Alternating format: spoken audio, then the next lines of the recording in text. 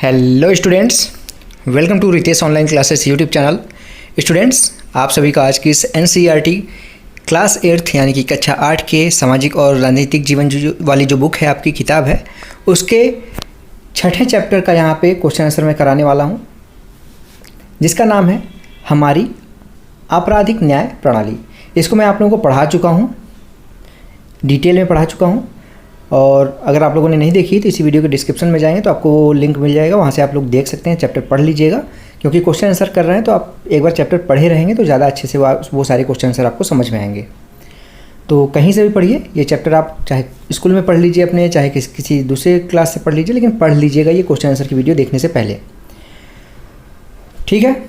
तो अगर वीडियो अच्छी लगे, मेरा उद्देश्य यही रहता है कि आप लोगों को वीडियो के माध्यम से जब मैं कुछ पढ़ा रहा हूँ तो वो वीडियो देखते ही देखते आप लोगों को वो सारी चीज़ें याद हो जाएं, तब तो मेरा उद्देश्य पूरा होगा। तो इस काम के लिए आप लोग को अगर वीडियो अच्छी लगे तो प्लीज़ वीडियो को लाइक ज़रूर कर दीजिएगा, और अगर ऐसे ही वीडियो आप लोग हर दिन देखना चाहते हैं तो Ritesh online classes YouTube channel को आप लोग सब्सक्राइब कर लीजिए। इसी वीडियो के नीचे सब्सक्राइब बटन है, बिल्कुल फ्री है, और बेल आइकन दबा के रखिएगा। यहाँ पे मैं डेली आप लोगों को एक एक क्लासेस प्रोवाइड करता रहता हूँ। एनसीईआरटी क्लास 1 से लेकर क्लास 12 तक के सभी सब्जेक्ट की क्लासेस आपको बिल्कुल फ्री में यहाँ पे प्रोवाइड की जा रही हैं। जल्द ही आपकी मैथ की क्लासेस भी यहाँ पे स्टार्ट कर दी जाएंगी। तो देखिए, पहला क्वेश्चन है, आपको ऐसा क्यों लगता है कि पुलिस हिरासत के दौरान अपनी गलती मानते हुए आरोपी द्वारा दिए गए बयानों को उसके खिलाफ सबूत के तौर पर इस्तेमाल नहीं किया जा सकता? तो अब बताइए ऐसा क्यों?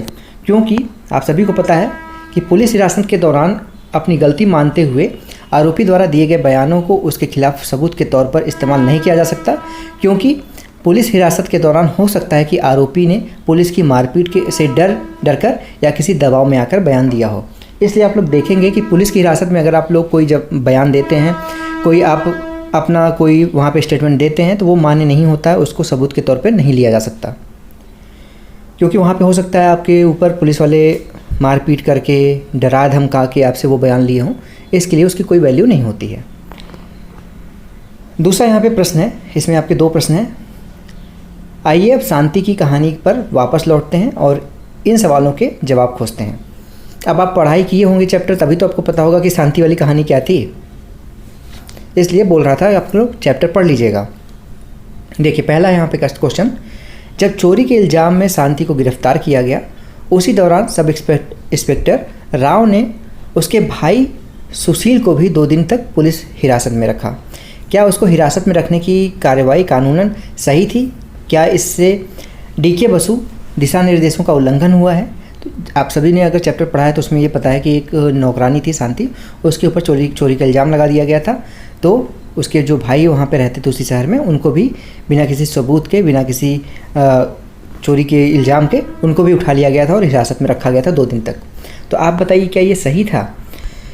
इसके तहत डीके बसु वाला जो आपका दिशा निर्देश दिया गया था वो उसका उल्लंघन हुआ कि नहीं हुआ? तो यहाँ पे देखिए, इसका आंसर आपको बताया गया है। पहले क्वेश्चन का यहाँ पे आंसर है, सब इंस्पेक्टर राव द्वारा शांति के भाई सुशील को 2 दिन तक पुलिस हिरासत में रखने की कार्रवाई कानूनन गलत थी, ठीक है। इससे डीके बसु के दिशा निर्देशों का उल्लंघन हुआ है, ठीक है, ये समझ लीजिएगा। दूसरा क्वेश्चन है यहाँ पे, क्या सब इंस्पेक्टर राव ने शांति को गिरफ्तार करने और उसके खिलाफ मुकदमा दायर करने से पहले गवाहों से पर्याप्त सवाल पूछे और ज़रूरी सबूत इकट्ठा किए थे? पुलिस की जिम्मेदारियों के हिसाब से आपकी राय में सब इंस्पेक्टर राव को जांच के लिहाज से और क्या क्या करना चाहिए था? तो जाहिर सी बात है, उन्होंने नहीं किया था जितना उनको करना चाहिए था। तो यहाँ पे देखेंगे, इसका आंसर ख है, सब इंस्पेक्टर राव ने शांति को गिरफ्तार करने और उसके खिलाफ मुकदमा दायर करने से पहले गवाहों से पर्याप्त सवाल नहीं पूछे और न ही पर्याप्त सबूत इकट्ठा किए, ठीक है।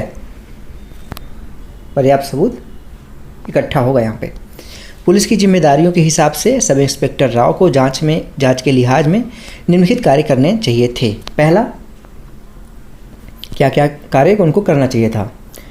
शांति की गिरफ्तारी के समय अरेस्ट मेमो के रूप में गिरफ्तारी संबंधी पूरी जानकारी के कागज़ तैयार करने चाहिए थे, जिससे ये पता चलता कि क्या सबूत रखे गए हैं, क्या गवाह रखे गए हैं। हो सकता है तब शांति को गिरफ्तार ही नहीं किया जाता। और दूसरा, अरेस्ट मेमो पर शांति के दस्तखत करवाने चाहिए थे, जो कि उन्होंने नहीं करवाए थे। और तीसरा, शांति के किसी जानने वाले या रिश्तेदार को जानकारी दे दी जानी चाहिए थी कि आपके घर की ये रिश्तेदार गिरफ्तार हुई हैं इस आरोप में। जो कि सब इंस्पेक्टर राव ने नहीं किया था। तो ये सुझाव था कि उनको ये सारी चीज़ें करनी चाहिए थी गिरफ्तार करने से पहले। तीसरा क्वेश्चन है, आइए अब थोड़ी अलग स्थिति में मामले को देखते हैं। मान लीजिए कि शांति और उसके भाई सुशील थाने में जाकर यह शिकायत करते हैं कि शिंदे के 20 वर्षीय बेटे ने उनकी बचत के 15,000 रुपये चुरा लिए हैं। क्या आपको लगता है कि थाने का प्रभारी अधिकारी फ़ौरन उनकी FIR दर्ज कर लेगा? ऐसे कारक लिखिए जो कि आपकी राय में FIR लिखने व या न लिखने के पुलिस के फैसले को प्रभावित करते हैं।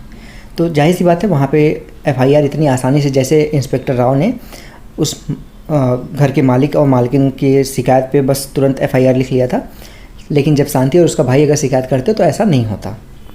तो देखिए इसका उत्तर यहाँ पे दिया गया है। थाने का प्रभारी अधिकारी शांति व उसके भाई सुशील की FIR फ़ौरन दर्ज नहीं करेगा। FIR न लिखने के पुलिस के फैसले को प्रभावित करने वाले कारक निम्नलिखित हैं। पहला, शांति गरीब घरेलू नौकरानी है और जिस पर चोरी का इल्ज़ाम लगा है। अब अमीर बाप का बेटा है, जो उस घर के लड़का था, वो अमीर भाई, उसके घर वाले अमीर हैं, तो वो अमीर बाप का बेटा है, इसलिए गरीब होने के कारण पुलिस शांति के सही होने पर भी उसकी बात को दबाने की कोशिश करेगी। दूसरी बात यहाँ पे है कि पुलिस अफसर उल्टा शांति और उसके भाई के सवाल करेगा कि उसके पास 15,000 रुपये कहाँ से आए, और उन्हें डरा धमका कर वहाँ से भगा दिया जाएगा। तो ये चीज़ें प्रभावित करती हैं जब एक गरीब परिवार के लोग थाने में जाके शिकायत करते हैं और एक अमीर परिवार के लोग जाके थाने में शिकायत करते हैं। तो इन दोनों में क्या अंतर आते हैं, क्या प्रभाव पड़ते हैं, वो सारी चीज़ें आपको समझ में आ गई होंगी। फोर्थ क्वेश्चन है, चौथा क्वेश्चन है, सारे गवाहों के बयान सुनने के बाद न्यायाधीश ने शांति के मुकदमे में क्या कहा? तो उन्होंने कहा कि शांति को चोरी के आरोप से बरी कर दिया गया, यानी उसको छोड़ दिया गया। पुलिस ने शांति से जो 10,000 रुपये बरामद किए थे उन्हें लौटाने का आदेश दिया गया। और तीसरा कार्य किया यहाँ पे न्यायाधीश ने लिखित फैसले में कहा कि सब इंस्पेक्टर राव ने ठीक से जांच नहीं की, जिसके कारण शांति को जेल जाना पड़ा। तो ये न्यायाधीश ने शांति के मुकदमे में ये सारी की बातें कही थी। पांचवा क्वेश्चन है, पृष्ठ 74 पर मोटे अक्षरों में जो प्रक्रियाएं लिखी गई हैं वे सभी निष्पक्ष सुनवाई के लिए बहुत ज़रूरी हैं। शांति के मुकदमे के इस विवरण के आधार पर अपने शब्दों में लिखे कि निम्नलिखित प्रक्रियाओं का आप क्या मतलब समझते हैं। पहला, खुली अदालत। खुली अदालत का मतलब है कि खुली अदालत, शांति का मुकदमा जनता के सामने खुली अदालत में चलाया गया, यानी कि ऐसी अदालत जहाँ पे कोई भी जाके उनके वक्तव्यों को सुन सकता है।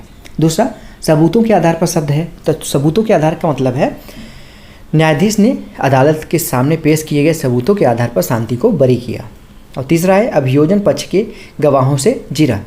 तो अभियोजन पक्ष के गवाहों से जीरा, शांति की अधिवक्ता सुश्री राय को अभियोजन पक्ष की ओर से पेश किए गए सारे गवाहों से सवाल पूछने का मौका दिया गया। तो ये 3 शब्द थे, इन तीनों का शब्दों का यहाँ पे आपको पूरा मतलब बता दिया गया है। छठवां क्वेश्चन है,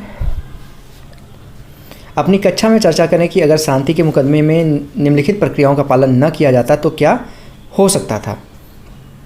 पहला, अगर उसे अपने बचाव के लिए वकील न मिलता तो क्या होता। अगर शांति को अपने बचाव के लिए वकील नहीं मिलता, इसका देखिए आंसर, पहले का वक्तव्य क्या, इसका आंसर यहाँ पे लिखा गया है। अगर शांति को अपने बचाव के लिए वकील न मिलता तो उसे उस अपराध की सज़ा मिल जाती जो उसने किया ही नहीं था, और उसके जमा किए गए पैसे भी वापस नहीं मिलते। दूसरा था यहाँ पे वक्तव्य, अगर अदालत उसे निर्दोष नहीं मानते हुए मुकदमा चलाती। अगर अदालत उसे निर्दोष नहीं मानते हुए मुकदमा चलाती तो क्या होता। तो क्योंकि अदालत में अगर किसी मुजरिम के खिलाफ मुकदमा चल रहा है तो वहाँ पे जब तक वो मुजरिम साबित नहीं होता तब तक उसको निर्दोष मान के ही मुकदमा उसके ऊपर चलाया जाता है। तो यहाँ पे अगर उसको निर्दोष न मान के मुकदमा चलाया जाता तो क्या होता। अगर अदालत उसे निर्दोष नहीं मानती और मुकदमा चलाती तो मुकदमे की सारी प्रक्रिया गलत होती और उसे इंसाफ नहीं मिलता। जब पहले से किसी को अगर आप दोषी मान लिए हैं तो कैसे उसको इंसाफ मिलेगा। चित्र आधारित प्रश्न था। उपरोक्त चित्र यहाँ पे कथा पट के आधार पर बताइए कि आपराधिक न्याय व्यवस्था में कितने आधिकारिक मुख्य लोग होते हैं। तो यहाँ पे चित्र आपको दिखाया गया फिगर आपके चैप्टर में। वहाँ पे देखिए पुलिस है, सरकारी वकील है, बचाव पक्ष का वकील है, न्यायाधीश है।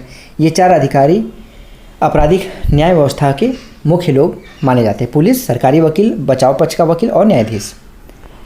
अब आपके अभ्यास के प्रश्न आते हैं। देखिए अभ्यास का प्रश्न है पहला, पीसलैंड नामक शहर में फिएस्ता फुटबॉल टीम के समर्थकों को पता चलता है कि पास के एक शहर में जो वहां से लगभग 40 किलोमीटर है, जुबली फुटबॉल टीम के समर्थकों ने खेल के मैदान को खोद दिया है।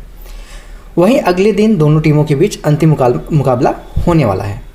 फिएस्ता के समर्थकों का एक झुंड घातक हथियारों से लैस होकर अपने शहर के जुबली समर्थकों पर धावा बोल देता है। इस हमले में 10 लोग मारे जाते हैं, 5 औरतें बुरी तरह जख्मी होती हैं, बहुत सारे घर नष्ट हो जाते हैं और 50 से ज़्यादा लोग घायल हो जाते हैं। कल्पना कीजिए कि आप और आपके सहपाठी आपराधिक न्याय व्यवस्था के अंग हैं। अब अपनी कक्षा को इन 4 समूहों में बांट लीजिए। पहला पुलिस, दूसरा सरकारी वकील, तीसरा आपका बचाव पक्ष का वकील और चौथा न्यायाधीश। निम्न तालिका में दाएं कॉलम में जिम्मेदारियां दी गई हैं। इन जिम्मेदारियों को बाईं ओर दिए गए यहाँ पे अधिकारियों की भूमिका के साथ मिलाएं। प्रत्येक टोली को अपने लिए उन कामों को करने दीजिए जो फिएस्ता समर्थकों की हिंसा से पीड़ित लोगों को न्याय दिलाने के लिए आवश्यक है। ये काम किस क्रम में किया जाएगा? तो सबसे पहले क्या होगा, देखिए पुलिस, सरकारी वकील, बचाव पक्ष का वकील और न्यायाधीश। देखिए ये हो गया आपका क्वेश्चन। जैसे कार्य दिया गया है, गवाहों को सुनना, गवाहों के बयान दर्ज करना, ये सारी चीज़ें, ये 4 लोग भूमिका हैं, 4 लोग की भूमिका, ये अलग अलग कार्य हैं सभी के। तो आपको बताना है कौन सा कार्य किसका है। तो पुलिस का कार्य देखिए है पहले फिएस्ता समर्थकों को गिरफ्तार करना, दूसरा हमले की शिकार महिलाओं की डॉक्टरी जांच कराना, तीसरा जले हुए घरों की तस्वीर लेना, चौथा सबूत दर्ज करना और 5वां गवाहों के बयान दर्ज करना। अब अगली है सरकारी वकील की क्या भूमिका है, अदालत में गवाहों की जाँच करना और पीड़ितों का पक्ष प्रस्तुत करना। बचाव पक्ष का वकील क्या करेगा, आरोपी व्यक्तियों से मिलेगा और गवाहों से बहस करेगा। और न्यायाधीश क्या करेगा, गवाहों को सुनेगा, निष्पक्ष सुनवाई करेगा, यह तय करना कि आरोपी कितने साल जेल में रहेंगे और फिर उसके बाद फैसला लिखना, फिर फैसला सुनाया जाता है, फैसला लिखा जाता है, फिर उसके बाद फैसला सुना दिया जाता है। तो ये आपको अलग अलग जो आपके 4 पैसे थे वो उनका आंसर यहाँ पे कर दिया गया है। दूसरा क्वेश्चन देखिए यहाँ पे, अब यही स्थिति लें और किसी ऐसे विद्यार्थी को उपरोक्त सारे काम करने के लिए कहें जो फिएस्ता क्लब का समर्थक है। यदि आपराधिक न्याय व्यवस्था के सारे कामों को केवल एक ही व्यक्ति करने लगे तो क्या आपको लगता है कि पीड़ितों को न्याय मिल पाएगा? नहीं मिल पाएगा, सीधी सी बात है। तो क्यों नहीं मिल पाएगा, यही आपको बताना है। पीड़ितों को न्याय नहीं मिल पाएगा क्योंकि एक व्यक्ति के हाथों में सारी शक्तियाँ होने पर भेदभाव की संभावना बढ़ जाती है। दूसरा, शक्ति के दुरुपयोग की संभावना बढ़ जाती है, किसी को मन करेगा किसी को भी सजा दे देगा वो, अगर सारी शक्तियाँ एक ही व्यक्ति के पास होंगी तो। और तीसरा, एक ही व्यक्ति द्वारा सभी यानी पुलिस, सरकारी वकील, बचाव पक्ष का वकील और न्यायाधीश आदि के कार्यों को भलीभांति सही से नहीं संभाल सकता। ठीक है, दूसरा क्वेश्चन समझ में आ गया आप लोगों को? आ गया हो तो बताइएगा आप कमेंट बॉक्स में करके कमेंट कि आप लोगों को वीडियो कैसी लगी। तीसरा क्वेश्चन है, आप ऐसा क्यों मानते हैं कि आपराधिक न्याय व्यवस्था में विभिन्न लोगों को अपनी अलग अलग भूमिका निभानी चाहिए? 2 कारण बताइए। आप बताइए कि ये आप वकील सरकारी क्यों होने चाहिए, बचाव पक्ष के वकील क्यों होने चाहिए, एक ही वकील क्यों नहीं दोनों पक्ष लड़ लेता, न्यायाधीश का भी काम वही क्यों नहीं कर लेता, पुलिस का काम भी वही क्यों नहीं कर लेता वकील। तो बताइए कि एक ही व्यक्ति क्यों सारी काम नहीं कर सकता, उसको अलग अलग क्यों दिया गया है भूमिका, आपको बताना है। 2 यहाँ पे कारण बताने हैं। तो 2 कारण बताए गए हैं, विभिन्न लोगों को अलग अलग भूमिकाएँ, क्योंकि इससे शक्ति किसी एक जगह केंद्रित नहीं होती है। मतलब शक्ति एक जगह केंद्रित नहीं होगी तो दुरुपयोग नहीं होगी, बढ़ जाएगी शक्ति, और इससे अन्याय की संभावना भी कम होगी। दूसरा, जब अलग अलग भूमिकाओं में विभिन्न लोग काम करेंगे तो वे कार्यों को अच्छी तरह से कर सकेंगे। एक ही व्यक्ति के ऊपर सारे काम नहीं आएंगे तो प्रेशर नहीं पड़ेगा। जब प्रेशर नहीं पड़ेगा तो उसको समय मिलेगा अच्छे से काम करने का अपना, तो अपना अच्छे से काम कर पाएगा, भेदभाव को पनपने का मौका नहीं मिल पाएगा। तो ये हो गया आपका पूरा क्वेश्चन आंसर आपके पूरे इस चैप्टर का। आशा यही करता हूँ कि आप लोगों को ये चैप्टर समझ में आया होगा।